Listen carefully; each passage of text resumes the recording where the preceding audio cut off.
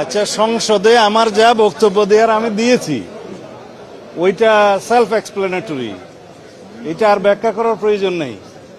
ওনারা বলেছেন যে বাংলাদেশের এই যে জাতীয় সংসদের অধিবেশন আহ্বান করেছে রাষ্ট্রপতি প্রধানমন্ত্রীর পরামর্শক্রমে, তো সুতরাং সংবিধান সংস্কার পরিষদের অধিবেশন কেন আহ্বান করলো না?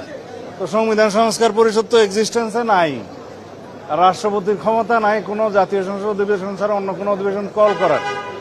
প্রধানমন্ত্রীরও কোনো এখতিয়ার নাই অন্য কোনো অধিবেশন বা পরিষদের অধিবেশন আহ্বান করার, রাষ্ট্রপতিকে পরামর্শ দেওয়ার। এটা ছিল বক্তব্য। আর যেটা আপনারা বলছেন নির্বাচন এবং জুলাই জাতীয় সনদ বা নির্বাচন কমিশন, এই সম্পর্কিত যেগুলো প্রশ্ন আপনারা তুলেছেন, এটা অসাংবিধানিক নয়। নির্বাচন কমিশন কনস্টিটিউশনাল বডি, কনস্টিটিউশন অনুসারে নির্বাচন কমিশন দুইটা নির্বাচন করতে পারে, একটা জাতীয় সংসদ নির্বাচন আর একটা হচ্ছে রাষ্ট্রপতি নির্বাচন।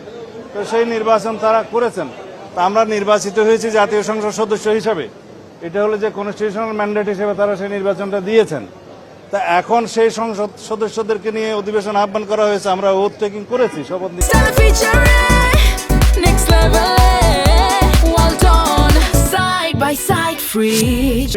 প্রত্যেকটা অক্ষর এবং শব্দকে আমরা ধারণ করি।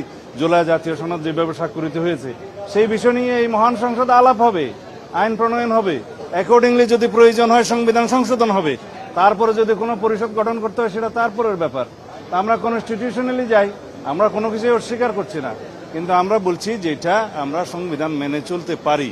এখন অধিবেশনে আহ্বান হয়েছে, আমরা অধিবেশনে এসেছি, আলোচনা করি। এখানে তো সংবিধান সংস্কার পরিষদ নামে কোনো অধিবেশন আহ্বান করার সুযোগ নেই, সেই কথা আমরা বলেছি। সেটা ঠিক বলেন নাই আপনি।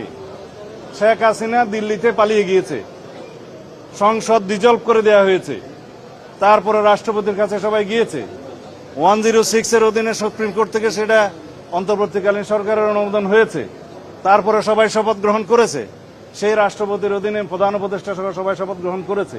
106 আর্টিকেলে সবকিছু বলা আছে, যে সমস্ত বিধান সংবিধানের অ্যাব্রোগেটেড হয়ে যাওয়ার কথা সেটা যাতে না হয়, বৈধতা থাকে, সেই জন্যই সুপ্রিম কোর্ট 106 অনুসারে মতামত দিয়েছে। এবং কথা থাকতে পারে 90 দিনের ভিতর কেন ইলেকশন হলো না, সেই জন্যই 106-এ বলা আছে যে অন্তর্বর্তী সরকারের কোনো মেয়াদ দেওয়া ছিল না, তত্ত্বাবধায়ক সরকারের মেয়াদ থাকে, এবং তারা সেই অনুপাতে আইন প্রণয়ন করেছে। সেই আইনগুলো আমরা রেটিফিকেশন করব, সংবিধানের 4th তফসিলে সেইগুলো রেটিফিকেশন দেওয়া হবে, ধারণ করা হবে।